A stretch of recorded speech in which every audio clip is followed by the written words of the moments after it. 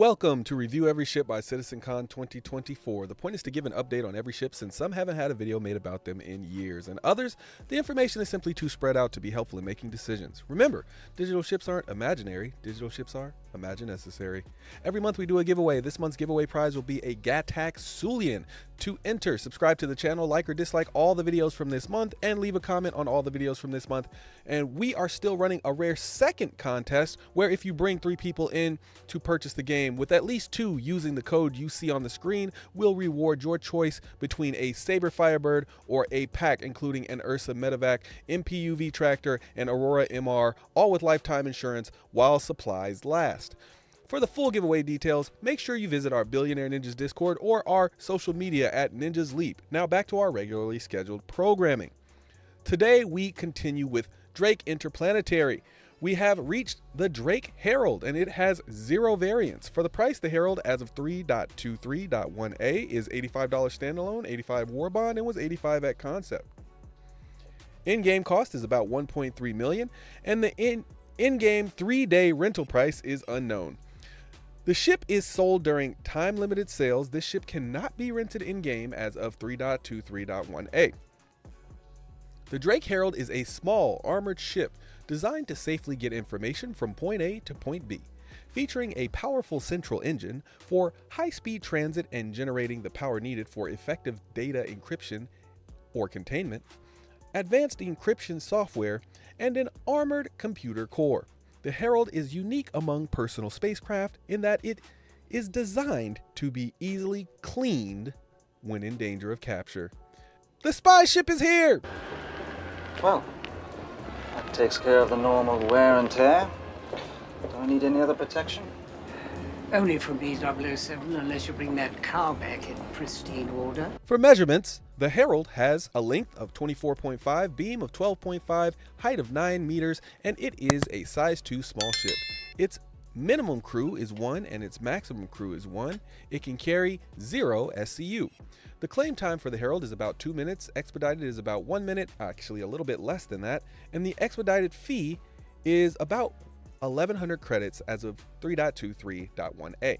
The Herald has a top SCM speed of 240, which is way above average overall. For its class, it's also above average. For its nav speed, it is 1400, which is way above average overall.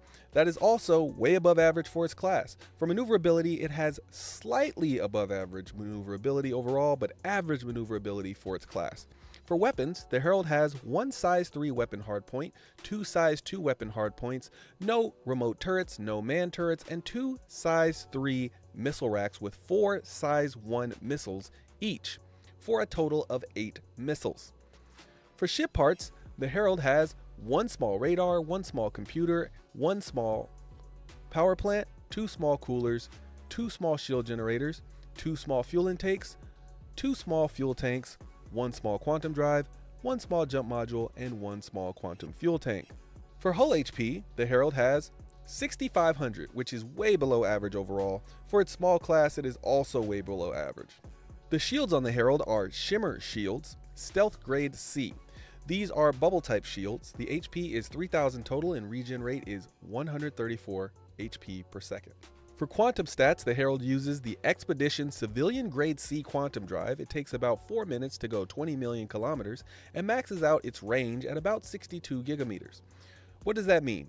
You can travel from Hurston to Crusader in about 5.5 minutes and from Microtech to ArcCorp in about 8.5 minutes. This is only enough for a one-way trip in most cases, so make sure you refuel after every major quantum leap.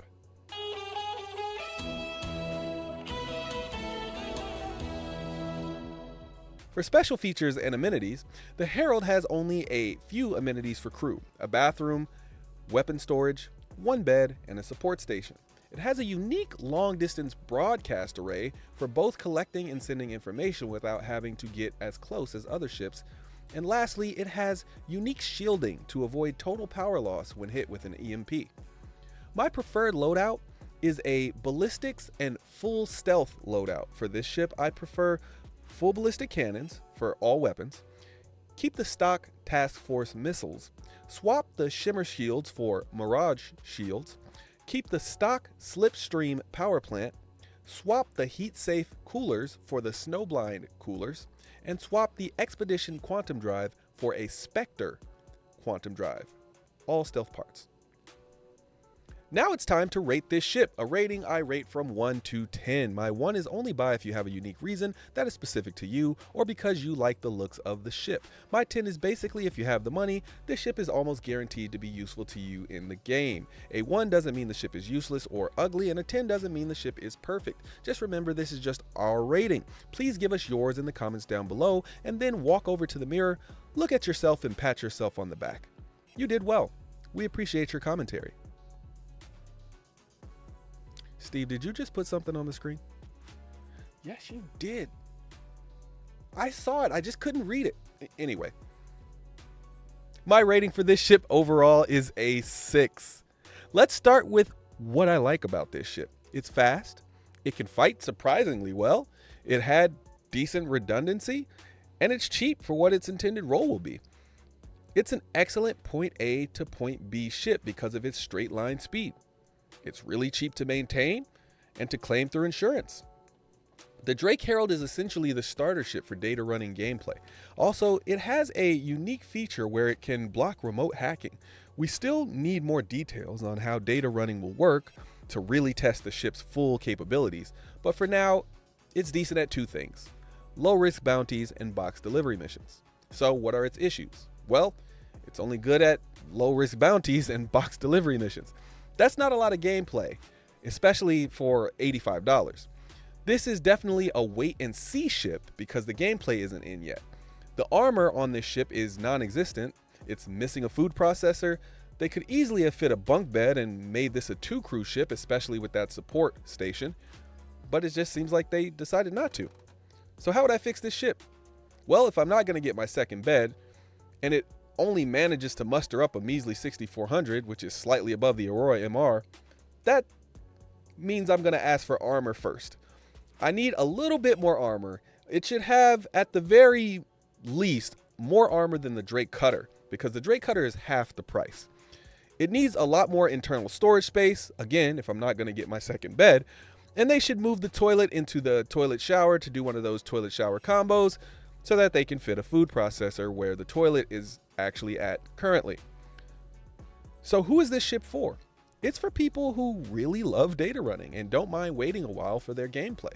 However, it's decent as a transport ship when you need to get 1, 2, or 3 people somewhere very fast. So why is it a 6? It has a lot of potential. This ship simply needs some love, and it will be one of those better starter ships at its price once it gets a solid gold pass. Assuming it works as intended, of course, and gets an armor bump and that food processor. I imagine using this ship exactly as intended for once. I would use it to get in, get data, and get out fast. I also intend to use this as a data transport ship from my Odyssey or Carrack to my Pioneer or Galaxy, so I can do base building with the information I get from those ships.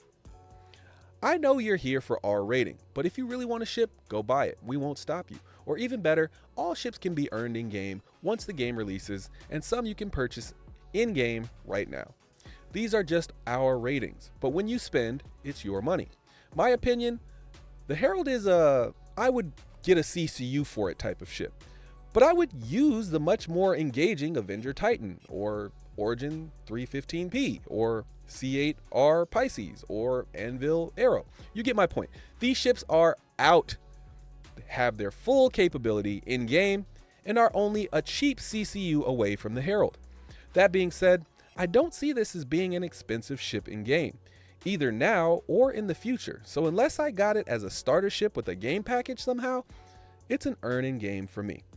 All right, that is it for this one. Thanks for spending your time with us. I'll see you in the next one. Peace.